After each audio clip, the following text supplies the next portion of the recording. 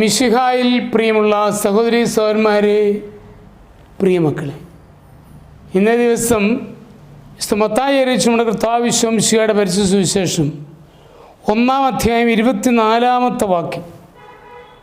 Saint Matthew's gospel chapter 1 verse 24.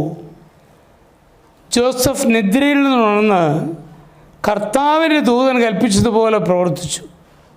അവൻ തൻ്റെ ഭാര്യയെ സ്വീകരിച്ചു.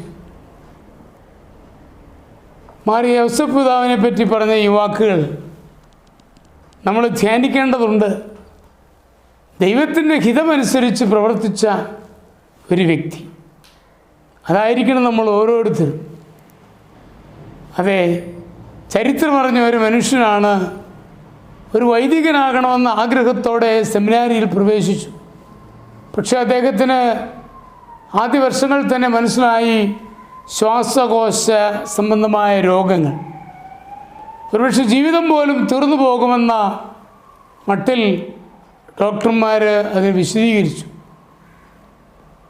അപ്പോൾ അദ്ദേഹം മുട്ടിപ്പായി പ്രാർത്ഥിച്ചു, ദൈവമേ, നിൻ്റെ ഒരു പുരോഹിതനാൻ ആഗ്രഹിച്ചുകൊണ്ടാണല്ലോ ഞാൻ സെമിനാരിയിൽ ചേർന്നത്, എൻ്റെ അവസ്ഥ എന്താകും?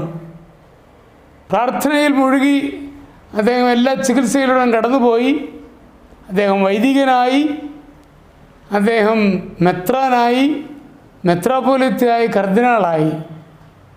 ഞാൻ ആരുടെ കാര്യമാണ് ഈ പറയുന്നത് എന്ന് നിങ്ങൾ ചിന്തിച്ചേക്കാം. മറ്റാരുമല്ല, നമുക്കെല്ലാം ഏറ്റവും പ്രിയപ്പെട്ട പരിശുദ്ധ ഫ്രാൻസിസ് മാർപ്പാപ്പയാണ്. മാർപ്പാപ്പയുടെ ജീവിതം മാറി യോസേഫ് പിതാവിനുള്ള ഭക്തിയിൽ വളരുകയായിരുന്നു.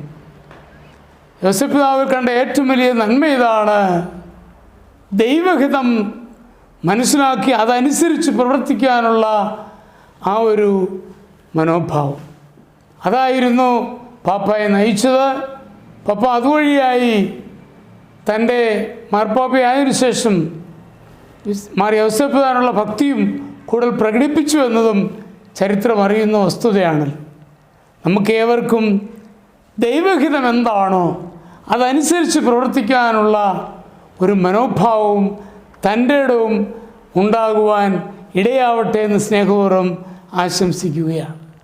നമ്മുടെ കർത്താവ് മിശിഹായുടെ കൃപയും പിതാവായ ദൈവത്തിൻ്റെ സ്നേഹവും പരിശുദ്ധാത്മാവിൻ്റെ സഹവാസവും പരിശുദ്ധ അമ്മയുടെ മധ്യസ്ഥതയും നമ്മെല്ലാവരോടും കൂടി ധാരാളമായിട്ടുണ്ടായിരിക്കും, എപ്പോഴും എപ്പോഴും എന്നേക്കും. ആമേൻ.